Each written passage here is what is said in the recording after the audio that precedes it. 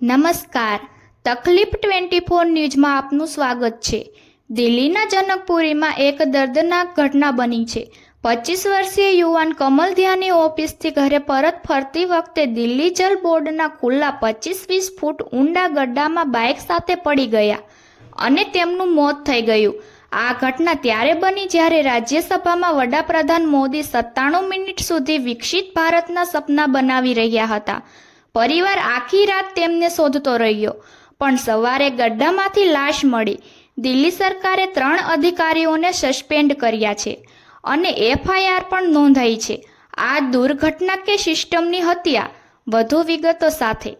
દિલ્હીના જનકપુરી વિસ્તારમાં એક યુવાનનું જીવન એક ખુલ્લા ગड्ढાની ભેટ ચડી ગયું।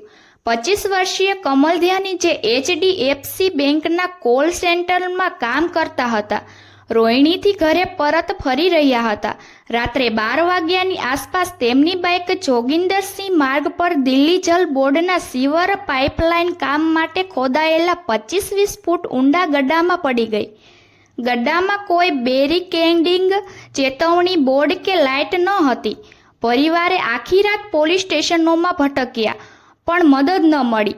સવારે 8 વાગ્યે ગड्ढામાંથી બાઇક અને લાશ બહાર કાઢવામાં આવી।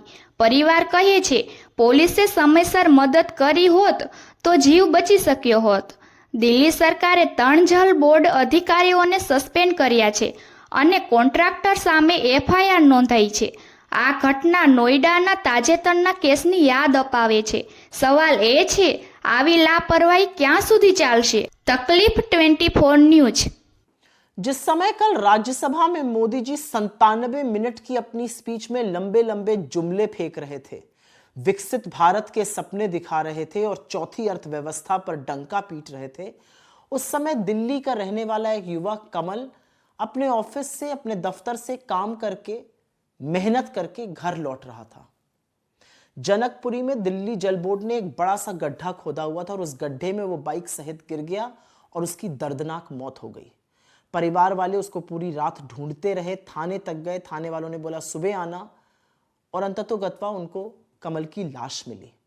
अभी कुछ ही दिनों पहले नोएडा में युवराज मेहता नाम का एक युवक अपनी गाड़ी के साथ पानी से भरे गड्ढे में गिर गया था और तिल तिल करके उसकी मौत हो गई। 2.5 घंटे तक पूरा प्रशासन, पुलिस, SDRF, फायर डिपार्टमेंट वहां तमाशबीन बना रहा।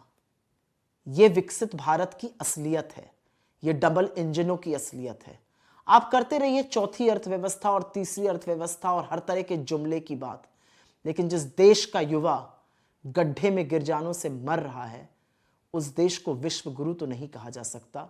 आपके जुमलों की खोखली असलियत ये मौतें जरूर खोलती हैं, लेकिन मुझे नहीं लगता कि आपको इससे कोई फर्क भी पड़ता है मोदी जी।